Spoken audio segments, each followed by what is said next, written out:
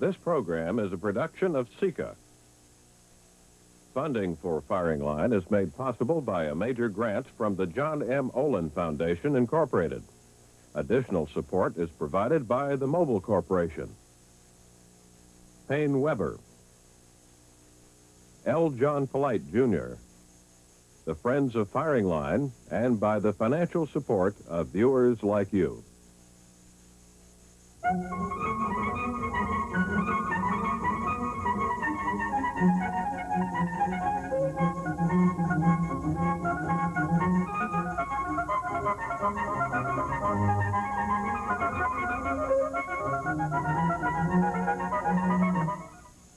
Welcome to Firing Line. I'm Michael Kinsley of the New Republic magazine. Dissatisfaction with our elected leaders often gets expressed as dissatisfaction with the way they were elected. Democrats especially like to blame the primary process for spewing out presidential nominees who go on to lose time and again. Election reform has become almost as regular a part of our democracy as elections themselves. The current presidential primary system emerged 2 decades ago as a response to the old smoke-filled rooms. It was intended to make the selection process more democratic and less elitist. Today's complaints are just the opposite. The process is way too long and complex. It gives undue influence to small, eccentric states like Iowa and New Hampshire.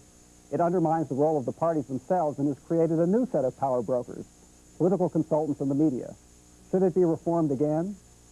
I get to sit up here with the grown-ups today, but Mr. Buckley's real guest is Roger Simon, columnist for the Baltimore Sun. Mr. Simon's new book, Roadshow, chronicles the follies of the 1988 primaries and general elections. Its subtitle comes from Adlai Stevenson. In America, anyone can become president. It's one of the risks we take. Mr. Simon's amiable narrative balances just about halfway between Hunter Thompson and Theodore White. The high point of the book, without question, is the creation of one of the brilliant comic characters of modern literature, identified as Warren Steibel, the producer of Firing Line. Mr. Steibel features in several chapters about the Firing Line debates that kicked off the primary season. Those of us who know Mr. Steibel can testify that he is brought fully to life, and then some. Mr. Buckley, generals are always fighting the last war, and reformers are always reforming the last election. The big complaint the last time was that the campaign was too long. People started too early.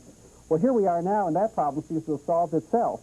By this time 4 years ago, Iowa was already gridlocked with presidential candidates. So far, this time around, no one except the incumbent has expressed the slightest desire to run for president in 1992. So maybe there's a reform here without any problem that needs reforming.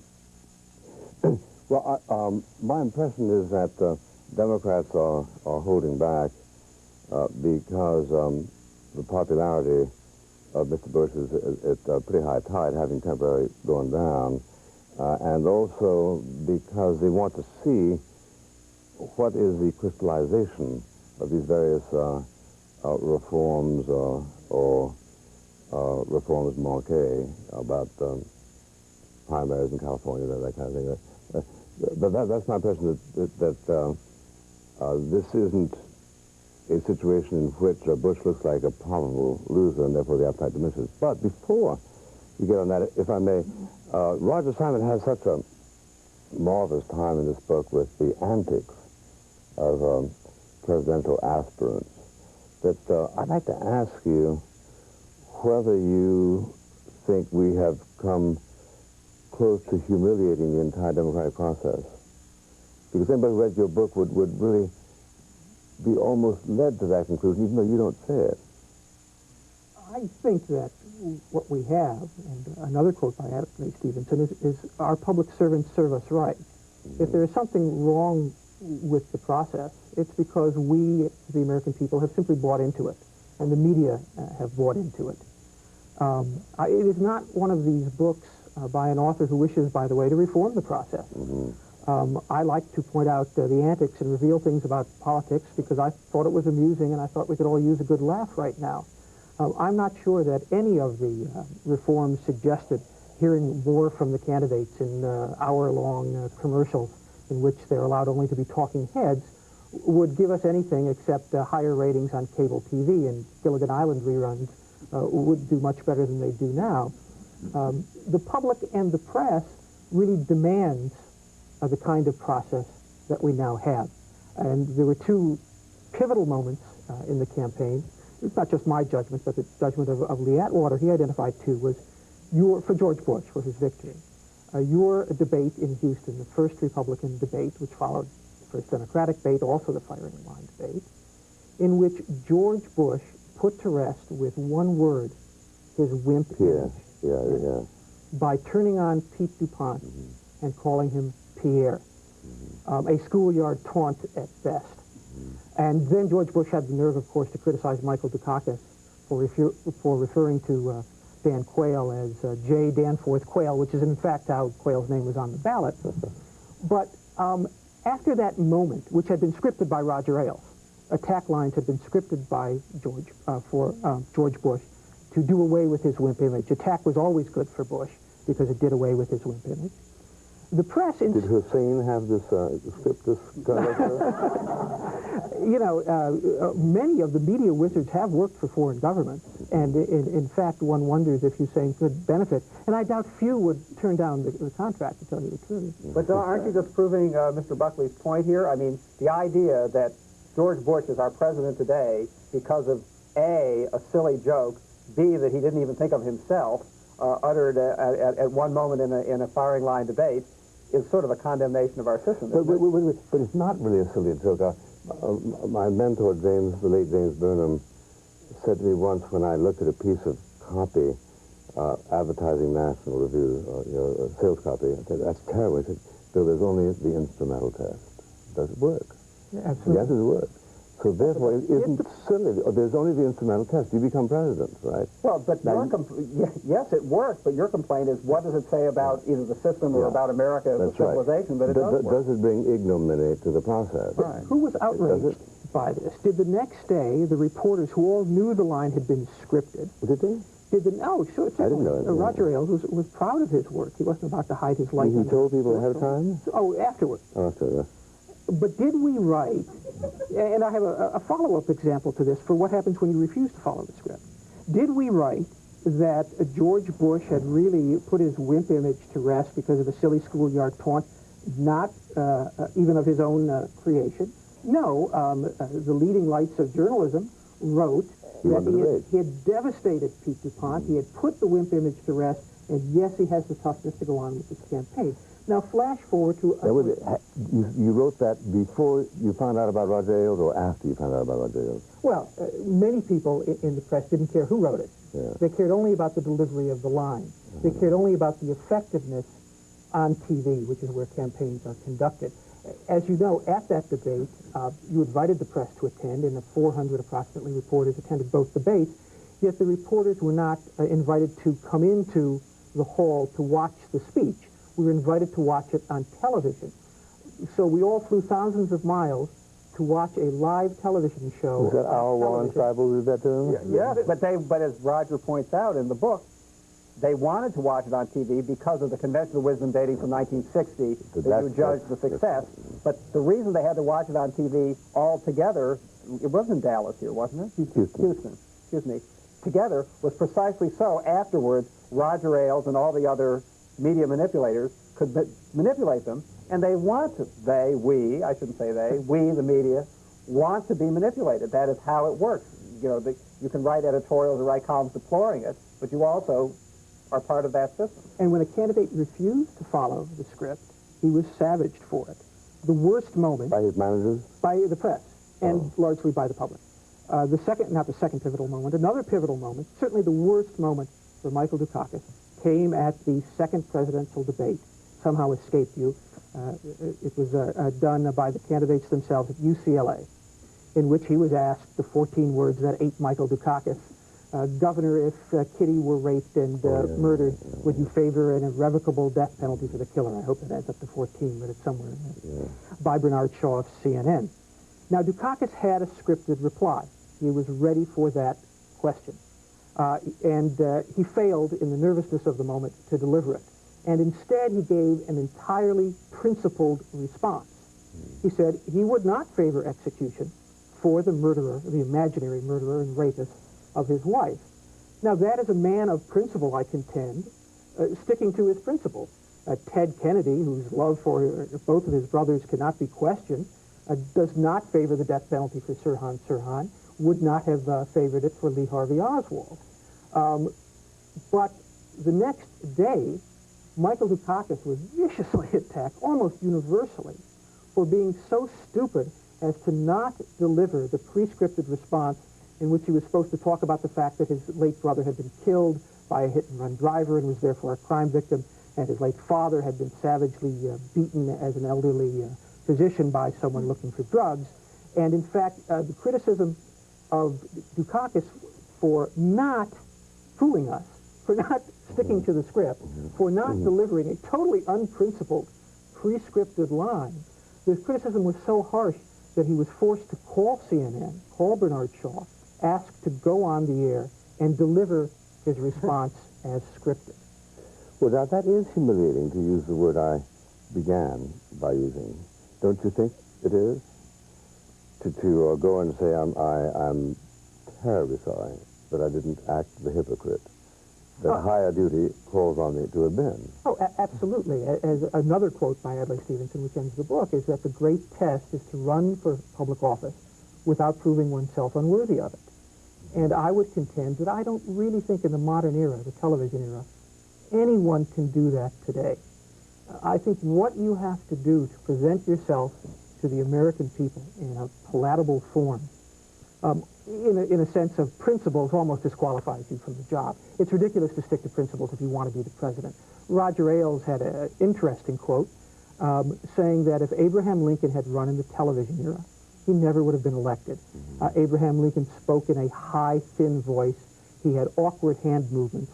Roger Ailes was always yelling at George Bush for his hand movements. His hands tended to flutter from his arms like tethered birds.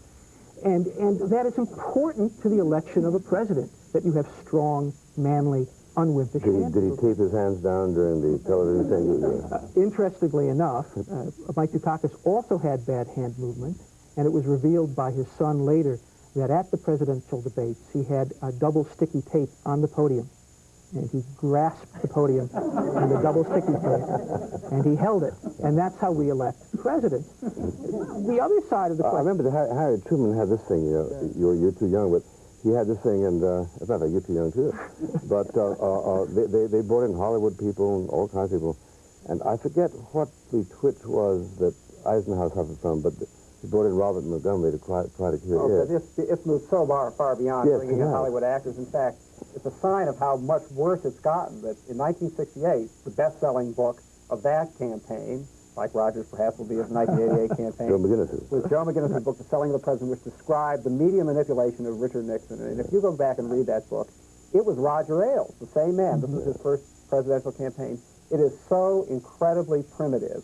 What is considered to be outrageous media manipulation is Nixon films some TV commercials. These TV commercials are Nixon sitting at a desk, answering questions. And, well, just reciting his views, and occasionally you see him stumbling on a take and redoing it, and that was considered outrageous. And the other thing was they had an hour-long, if you can imagine the candidate buying an hour-long prime time in which they had an audience asking the candidate questions, and Roger Ailes had the gall to carefully choose the audience to get questions he might like.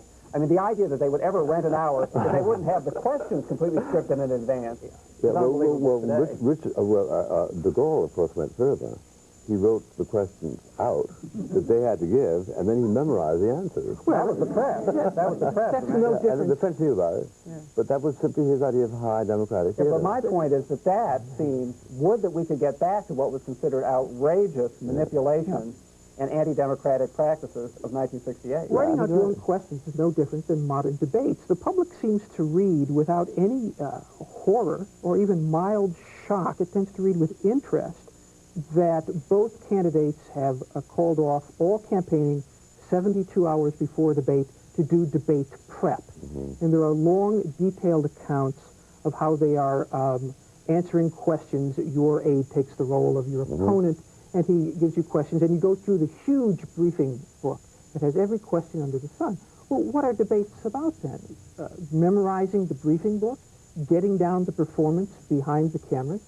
What at all do debates tell us anymore? Certainly the way, it doesn't tell us anything about how a president makes decisions.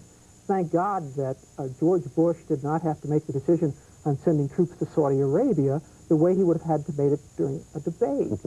He had time to meet with advisors, to meet with bright people, one hopes, and to take time to change his mind, to sleep on it, and to modify his positions. You can't do that in a debate. Well, let me ask you this. Do you think that your book adds up to an indictment of debates? You remember Nixon refused to debate McGovern, and LBJ refused to debate Goldwater. And the probability is high, knowing the two gentlemen, at least by reputation, that this was a self-serving decision. Couched, of course, in terms of a president who's presiding over a war in Vietnam must not mix it up. Should debates be outlawed? I mean, oh, no, debates are great entertainment. We're not talking about entertaining you. You can write a book about something else. That's what the public wants. We watch them as we watch the Indy 500 to see who crashes and burns. Warren Steibel, your producer and director, understood the role of debates, and that's why he tried to make your debates more than talking heads. He knows the American public really doesn't care about talking heads. And then if you go to the format, as some suggest, of the candidate sitting behind a desk, talking about his or her positions for half an hour, you better issue clamps to members of the American public so we can clamp them into their chairs, because that's the only way we're going to get them to. Well, of course, those weren't really debates. They were consecutive exposures, seriatim exposures, right? I ask you something, I ask you something. Well, that's what all these debates we don't have not real debates. But I think you can fiddle with the format, and what Roger's critique of the debates is absolutely correct. There should be, I think it's absolutely correct also, though, that it's considered intolerable for a president not to agree to debate his opponents, simply because this is the one occasion in the course of a campaign where he can't hide behind that big presidential seal, where there is a symbolic equality between the two candidates. It is a test of who has memorized his briefing. It's basically, there they are standing there, they're both on the, well, of course, Dukakis had a little riser on his platform, but basically they're both equal. And I think that's important, that at some point in the campaign, no matter how artificially, they'd be on an equal footing. Yeah. Well, but do you think we'd be better off if they were interrogated individually? In other words, the first hour is going to be Dukakis and this next hour is going to be Bush.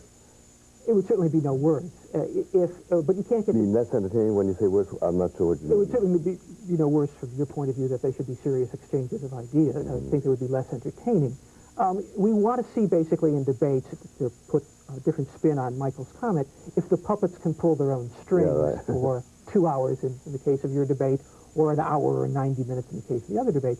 But we also ought to realize that the debate process is no longer in the hands of the journalists. Now, it was, in your case, very early in the process, when there was no front runner.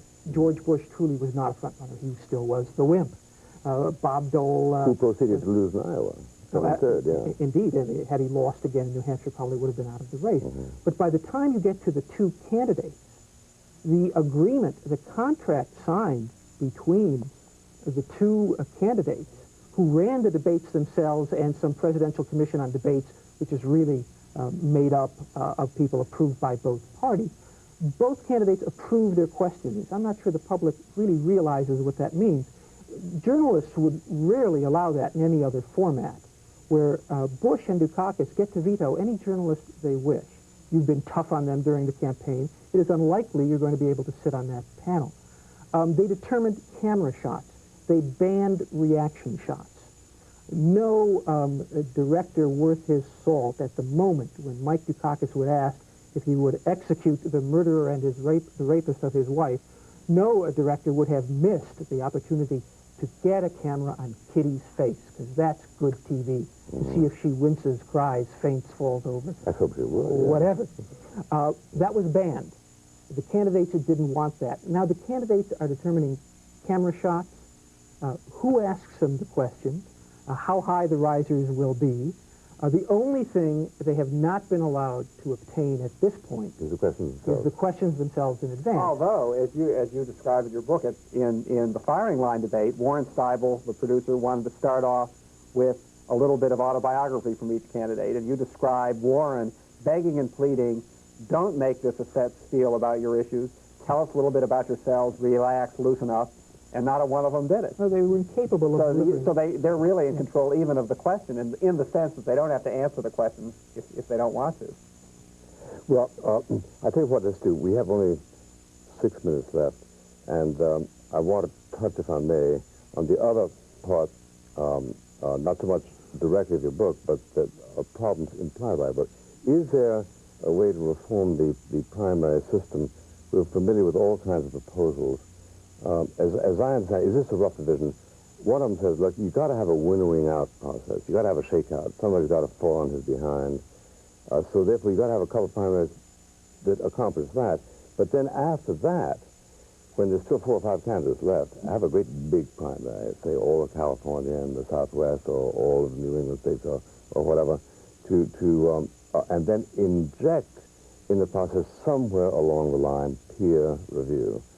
The way senators were nominated up until the relevant amendment. Is that how criticism of primaries tends to crystallize now or not?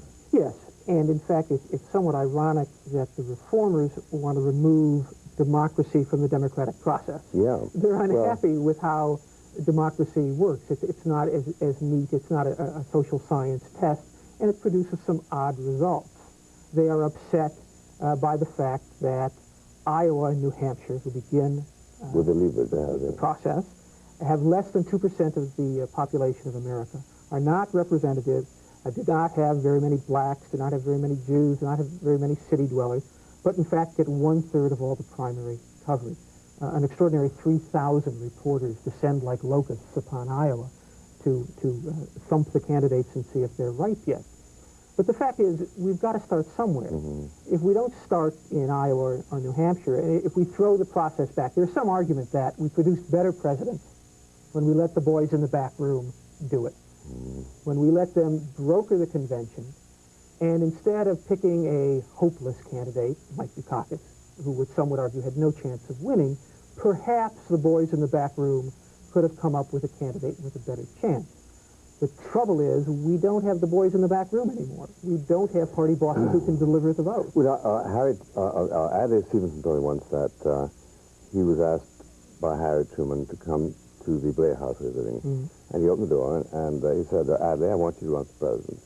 You're to declare on the 30th of April, and you're to name so as your campaign manager, and you're essentially to accentuate these three. He said, well, thank you very much, Mr. President, but I have other commitments. And this went on all evening. And then he said it again as he said goodnight to him. And Stevenson said, then he said to me, the trouble with you, Adlai, is you just can't make up your mind. Now, there you have, I suppose, a classic situation in which a human being decides who's going to be the candidate of his party, right? Well, we had that. We had that in 1988. A human being, Ronald Reagan. There wasn't a chance in the world that George Bush would be president today if a human being, Ronald Reagan, hadn't given him the nod. Well, he chose Gerald Ford first, however.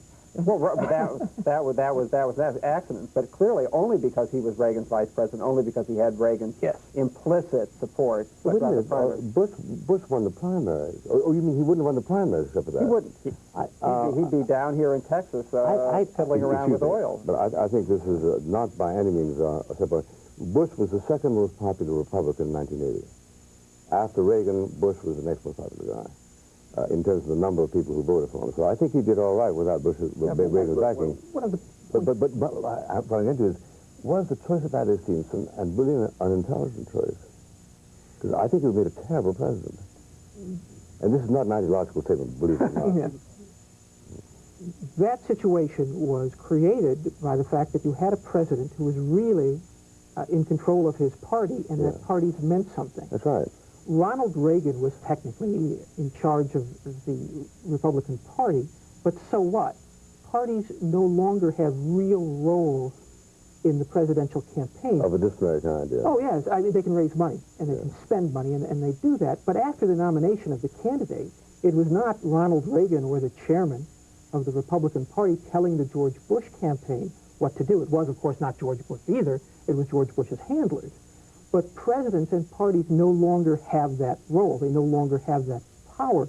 So it seems to me we have difficulty in going to any system except the one that we have now of letting the people decide. And if they choose exotic choices, so be it. We'll end up with exotic presidents, and perhaps we have. So fundamentally, you see no hypothetical reform that's going to probably lead us to a different kind of candidate, or one with more obvious qualities. No, I don't see it in the era that we live in now. You will get through any reform that takes things out of the hands of the American people. It has been suggested, I think with some accuracy, that the Republicans select stronger, more disciplined candidates because their process is slightly less democratic. They don't allow as many small factional groups to control primaries. It's winner take all in many cases. The Democrats are going to have done away in all practical terms with winner take all, and it keeps weaker candidates in the race to, it is argued, drain money and energy from the Democratic winner. You could just as easily argue that a raucous primary system prepares him for the presidency. I think it was much too easy on Dukakis in the primary system, and that's why he was unprepared for the knee-busting kind of campaign that George Bush ran. Well, do you think there's a point at which the winner, you remember this was the big fight between McGovern and Humphrey, wasn't it? Yeah. Oh, yeah. Jesse and he's the one who changed it. Yeah. But for years, if you got one more vote than the other guy, you got all of California, if you won the And it's still that way for the Republicans? Largely. And it's the real rules of the Democratic Party now are designed or have the effect of keeping Jesse Jackson in the race. Yeah, but Roger, the Democratic Party is so typical of the party's people and of the media to be concentrating on changing the rules of the system. Ronald Reagan did not emerge from the Republican Party because of any set of rules. He emerged because of a set of ideas that these people found powerful. And the Democrats are concentrating too much on mechanics, and the press concentrates on too much on mechanics because mechanics is what they care about. Thank you, gentlemen. Mr. Roger Simon, author of Roadshow, and Mr. Michael Kinsley, ladies and gentlemen, thank you.